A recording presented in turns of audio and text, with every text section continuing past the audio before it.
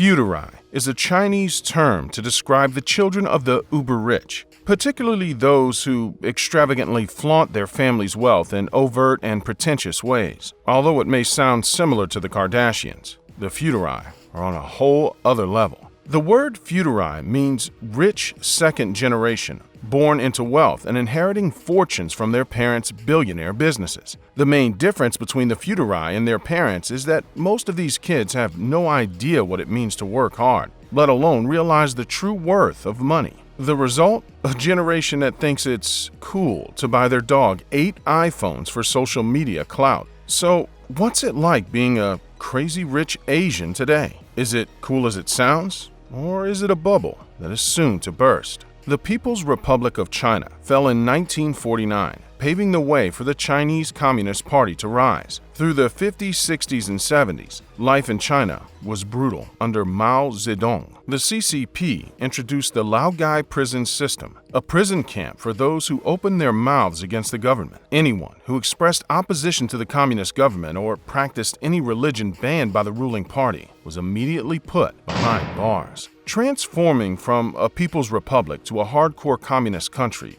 wasn't easy to swallow. People's movements were controlled. The government and the ruling class acquired all the personal wealth, and no one could possess or achieve private wealth outside of the government. After decades of oppression, things started to change. When Mao Zedong died, Deng Xiaoping came to power. Although Deng was also a communist leader, his version of communism was more inclusive than Mao Zedong, resulting in a revolutionized Chinese economy. Among some of the most crucial steps taken, Deng opened China to the global market. Previously, China was isolated from the rest of the world due to extreme economic and political stances. But soon after Deng took over, economic growth boomed.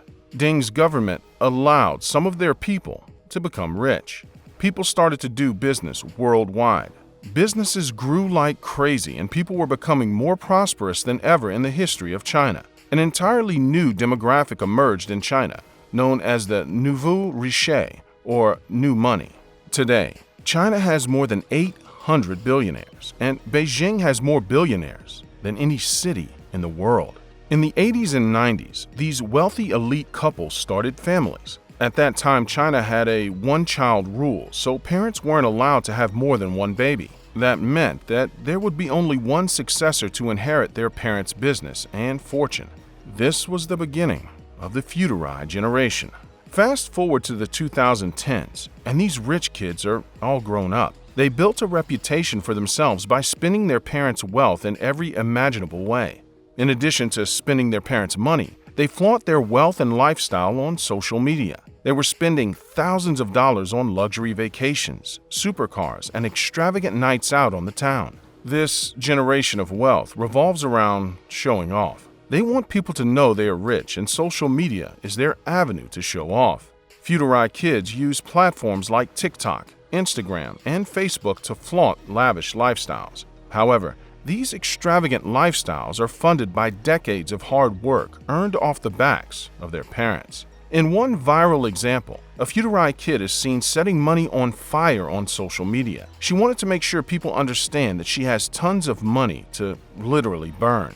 This is just one of the thousands of weird and crazy things the Fuderi kids are doing with their parents' money. But are the Fuderi the only ones to blame for their seemingly uncontrolled lifestyle? The question is difficult to answer if the westbound mentality of their parents is considered. It's common and almost expected for the nouveau parents to send their kids to the U.S. to get a high school or college education. This is the stepping stone for those second-generation Chinese who eventually settle in the country for a few reasons. Because of their fortune, it's easy for the parents to get visas for their children to come to the United States. One of the most attractive qualities of the West is the ability to own land and property. In China, you are not allowed to own land outright. Instead, you can lease the land from the government for a period of 70 years. This makes it hard to accumulate generational wealth, especially as the value of land goes up and down.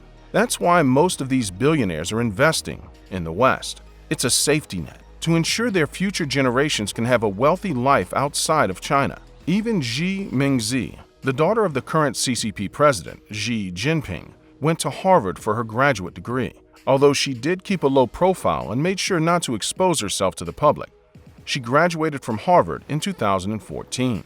Thousands of students like Xi Mingzi now live in cities like New York, Los Angeles, and Boston, keeping a low profile and receiving regular education. According to one study, more than 230,000 students from mainland China are studying in the U.S. high schools and colleges. Considering there are 1.4 billion people in China, this number is restricted to the wealthy elite. But is it only to get settled in the United States? Not for all. Some of the Fuderi in the U.S. today think differently than others. Having a Western education, speaking English, and sounding more American is a position of status, says Nathaniel Rio, a then 22-year-old Fuderi YouTuber also known as Cash Fleazy. Now in his 30s, he's changed his outlook on life and how he spends his parents' cash. In one of his YouTube videos, he explained how he couldn't wrap his head around his parents' legacy, a legacy that will soon be his. His spending habits had no purpose except to show off his money online. He looked back at his old Instagram photos where he was consistently seen on expensive vacations. He would brag and flaunt the wealth he got from his father. People did remind him in the comments that he is wasting money earned by his dad, but it took more than 10 years for him to understand the nature of his actions.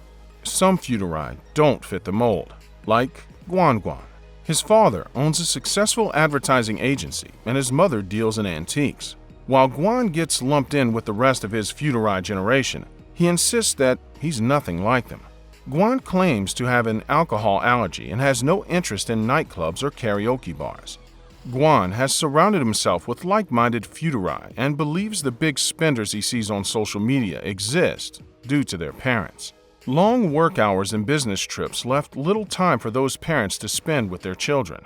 As a result, the kids grow up without learning respect for others or how to manage money. Like Nathaniel, countless Fuderi kids were seen burning through thousands of dollars for literally no reason. In 2016, Wang Zedong, the son of China's richest man, Wang Jianlin, spent 350,000 euros in one night at a karaoke bar in Beijing. The news made headlines and people didn't like what they saw. Critics said it was as ridiculous as the girl who was seen burning bills on screen. When Wang isn't spending money on himself or his friends at karaoke, he's spending it on his dog Kiki. Two social media posts sparked outrage among the anti-Fuderi community when Wang showed off his Husky's golden Apple watches worth $20,000 each.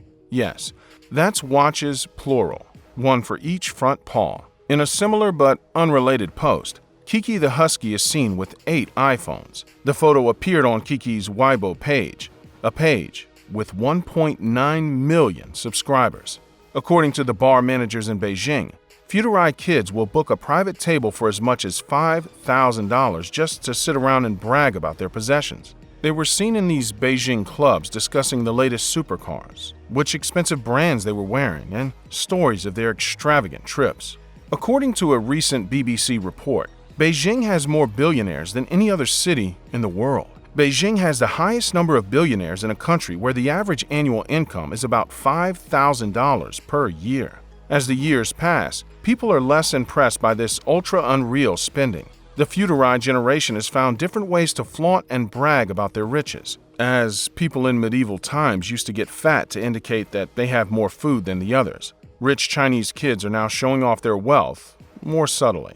To illustrate, an Instagram influencer named Ming Kuiji 77 on an Instagram post complained that she couldn't find enough charging stations around the neighborhood for her Tesla. She didn't brag that she owns a Tesla, but we all get it, don't we? This is how these rich people are showing off when their audience is reacting negatively. It's known as the art of the humble brag. Yes, you got it. The humble way to brag. Fuderi kids are growing up both in age and maturity.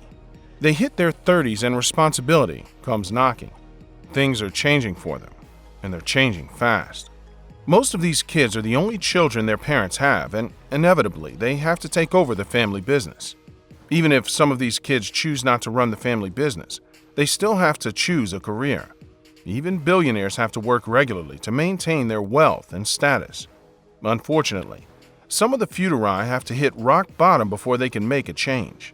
Reality hits, and it hits hard. The emptiness of needless spending becomes evident, and they realize it is time to work. In addition, the general public has a growing resentment towards the Fuderi. Thanks to the continuous news headlines and social media posts, more and more people are critically evaluating the lavish life these rich kids are leading online. Is it because regular people are jealous of their lifestyle? Well, maybe, but this is working as a reality check for most of these kids. This is forcing them to stop this crazy spending spree and get serious about their life. As COVID-19 rocked the world in 2020, the question is more relevant than ever. Is it cool anymore to be a crazy rich Asian kid? For the general population, it's not a thing anymore, which is visible in their social media comments. But the most difficult question to answer is reserved for the nouveau riche parents. Are their kids even ready to take over their business? The question remains a mystery, as no one knows what these Chinese billionaires are planning to do with their business. Are they going to hand over the company to their unqualified Fuderi children? Or will they simply sell the company and force their kids to build something for themselves? The richest billionaire in China, Wang Jianlin, is undoubtedly not going to crown his son with his billion-dollar business. He plans to give his entire empire away and build up the Chinese soccer team in the future. Stories like Wang Jianlin are a wake-up call for the Fuderi kids who have never had to work in their lives until now. It's not cool to be a crazy rich Asian kid anymore. Click to watch one of these next videos.